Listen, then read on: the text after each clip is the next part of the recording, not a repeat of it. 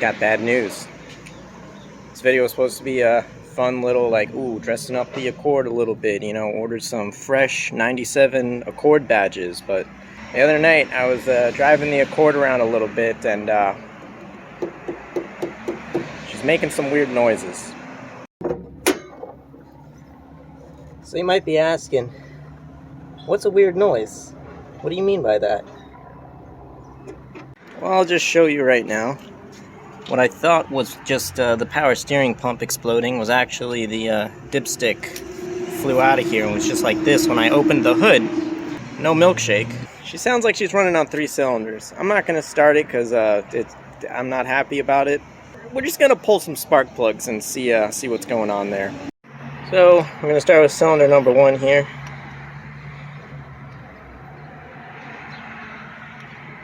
That looks pretty normal. Cylinder number 2, about the same. Ooh. Cylinder number 3 looking a little dark. Oh.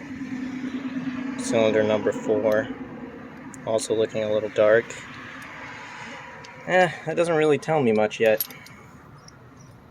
So I'm gonna go ahead and do a compression test. I think you know where this is going. Got the compression gauge hooked up cylinder 1 here. Pulled out the ECU fuse, which should prevent it from commanding the fuel pump on. We'll find out in a second. Fuel pump is a little noisy, so I'll know right away. We're having a great day today. Yeah, no fuel pump.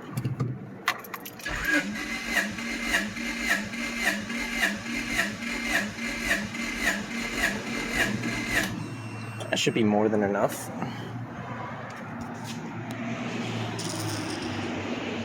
Okay, so that's about 200-ish. It's losing a little bit, but I mean, that's pretty good. On to cylinder number 2. Okay, cylinder number 2, similar story. 1 and 2 I thought were going to be fine based on how the plugs looked. 3 and 4. Here's a big reveal on number 3.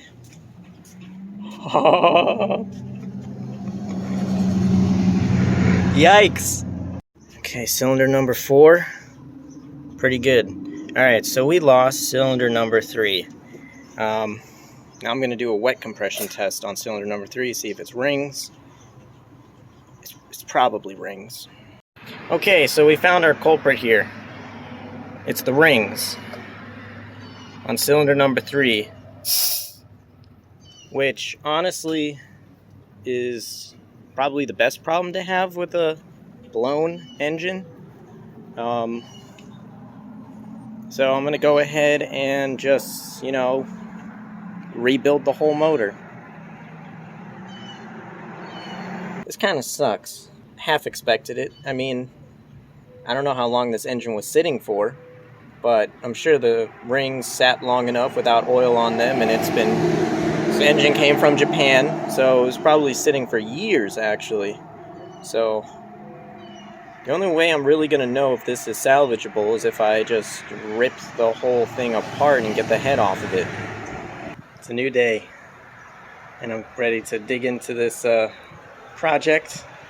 I'm gonna go ahead and tear it all down today just so I can see what cylinder 3 has in store for me in the cylinder wall area, see if it's any good. If I can just slap a new set of pistons in this engine, that's absolutely what I'm going to do. If there's any damage to the block at all, I don't think I'm gonna fix it. It's just too many headaches. The cost is just insane already on this car. So first things first, I'm going to go ahead and degrease, get all the engine oil that came out of the dipstick when cylinder 3 did blow. It basically, like, I'd say maybe half a quart of oil just kind of dumped out of the dipstick all on this area. So I got a pan with some pig mat down there just to catch anything, because yeah, this driveway can't get it too oily. I also got a table set over here with more pig mat just so I can start putting all of the stuff from there onto here. So it'd be a good place to keep track of all the bolts and whatnot. So yeah, just gonna use a nice can of brake clean. Take the battery out first, and then spray down that whole side of the engine. Oh, that was pretty simple to get the alternator and power steering pump out of there. Just went ahead and flipped the pressure line over here, as well as the alternator connectors. That kind of works perfectly, having that fucking brace bracket there. So got this all torn out, dipstick out, you know, all that fun stuff. Someone did ask me on Instagram if I could show them the drain line connector in the oil pan. I don't know if that does it for you, bud, but it's basically there's the stamped steel, and it's got like an arch on it. I put it right at the top of the arch. So yeah, good stuff. So it looks like it is about to maybe rain in a little while. It might not. 28% chance, I think it was. So now I'm gonna go ahead and tear down the turbo and get the drain line out of here, because damn it, all the coolant and oil has to come out. Luckily there's no thermostat, so I'll be able to just open the petcock on the radiator and then open this bleeder, and all the coolant should flow out the bottom, and I won't even have to open up the radiator cap. So that way all the coolant comes out of the block first before it starts dumping out of the radiator. So that way I don't get any oil going down the, or coolant going down the oil passages in the block when I take the head off, because that's something I'm doing today. Unfortunately, it did start raining when I got the front bumper off.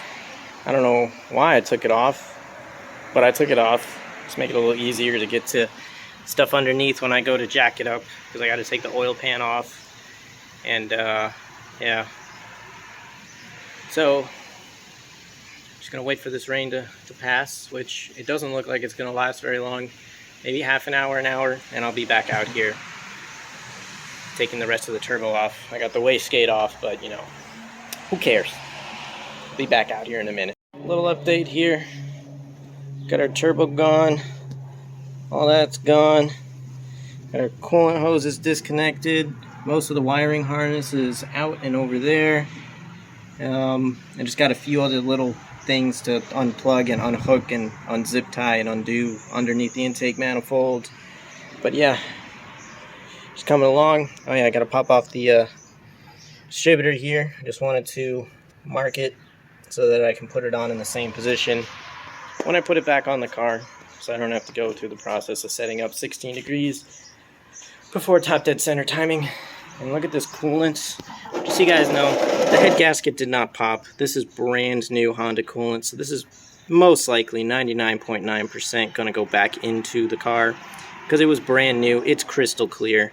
Like, there's nothing wrong with this coolant. It is just the piston rings on cylinder 3, which is a weak point on any Honda, B series, H series, F series, anything is going to have the ring lands crack, especially if you're running boost on stock gapped piston rings. So when I do put the new piston rings in, I am going to gap them up a little bit, give them a little extra space. We're just going to let more blow by go by, but hopefully this won't happen again. I just think the other motor that I had was older, so the rings were worn down a bit more. So the heat didn't affect them so much.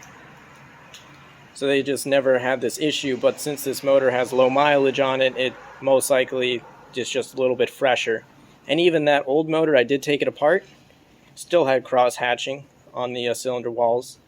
So I'm probably not going to hone this engine, just because it's probably going to look almost new. If it's all scratched up, again, throwing the car away. Done. It's already getting dark, but I've taken multiple breaks today, so only a few hours in on this. I got James here. Well, hello, he decided guys. to stop by. And we got, yeah. There's just Stuff's missing. There's stuff missing everywhere. I don't know what's going on, man. Yeah. Is that lightning? I think that's probably lightning. Yeah. It's Florida. It's kind of crappy out, but you know, we're getting it. So, just going to look up the torque sequence. Yes. for the head bolts so we take this head off correctly, because this is an engine I want to reuse the head on. So I'm going to take the bolts off correctly.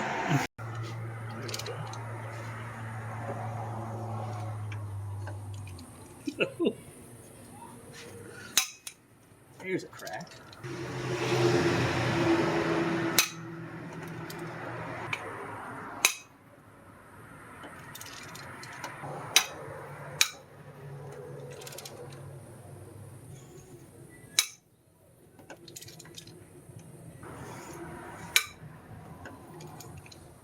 This wore out. I'm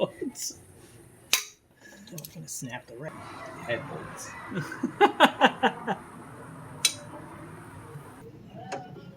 It's not exactly the best wrench in the world. Already slipped off the can. I mean,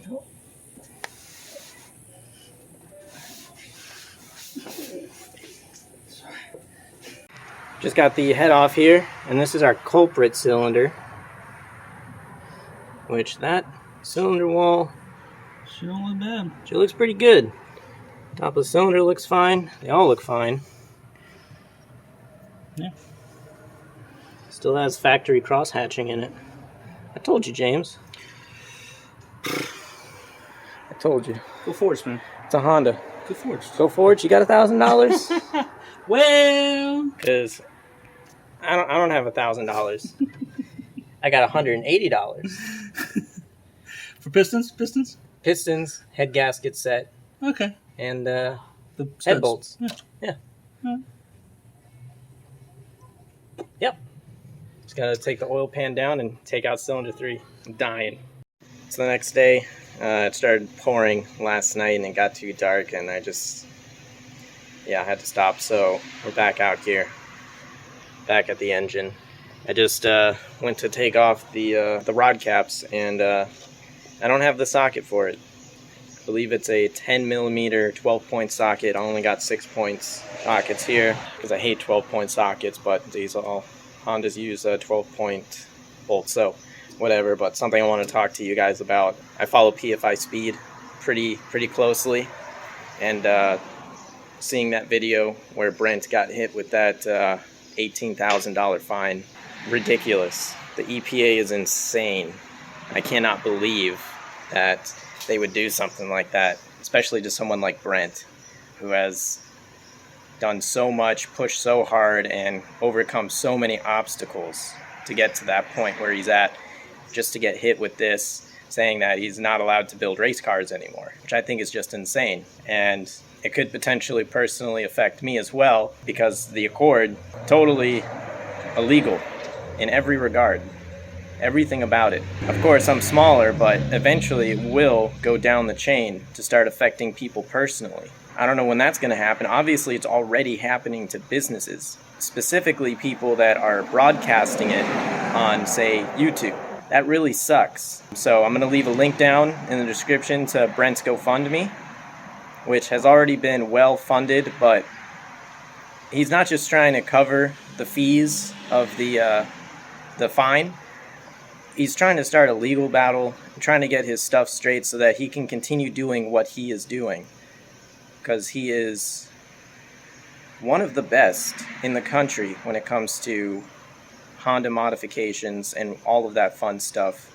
And he's just like an amazing guy. So please, if you can donate or at least share the GoFundMe, please do. As well as making sure that you did sign the RPM Act and send it off to your local governing agency of your state. There's a beautiful website for it. I'll also put that link down in the description. It takes like 2 seconds. Ron DeSantis is not cooperating, so don't have much luck down here in Florida, but do what you can to help Brent. Do what you can to sign the RPM Act. It's very important, because it will trickle down to individual people. And it's just not great. Anyways, enough of that. We're going to get on to taking this piston out in the Accord cylinder 3. I'm back. I got the tool. I got the girdle off. I got cylinder 3 out. And I'm pleased to say that yes, the piston rings did indeed, or the ring lands did indeed break off the piston, and that's where all the compression went. Pretty big damage. Luckily they stayed in there and they didn't scratch up the wall at all. It was on the back side, the intake side. So like that's just oil down in there. So it really does not like focusing on that. There we go. You know, a little bit of wear from the piston, but other than that, it's a pretty clean cylinder. I'm not honing it. I can't feel any of it, but there is wear on the pistons, but I can't feel it at all. It just feels smooth. So I'm just gonna slap a new set of pistons on these rods and put them back in and call it a day. I think that's gonna wrap up this video. I tore it down, showed you guys the problem. Next video, it's gonna be back together and hopefully running. But that's probably gonna take a couple days. I don't have a really long weekend next week, so I'll work on it here and there. I gotta get the rest of these pistons out, just waiting on parts. But I'll see you guys in the next video. Make sure you like, comment, subscribe if you want to see the second part of this. Bye-bye.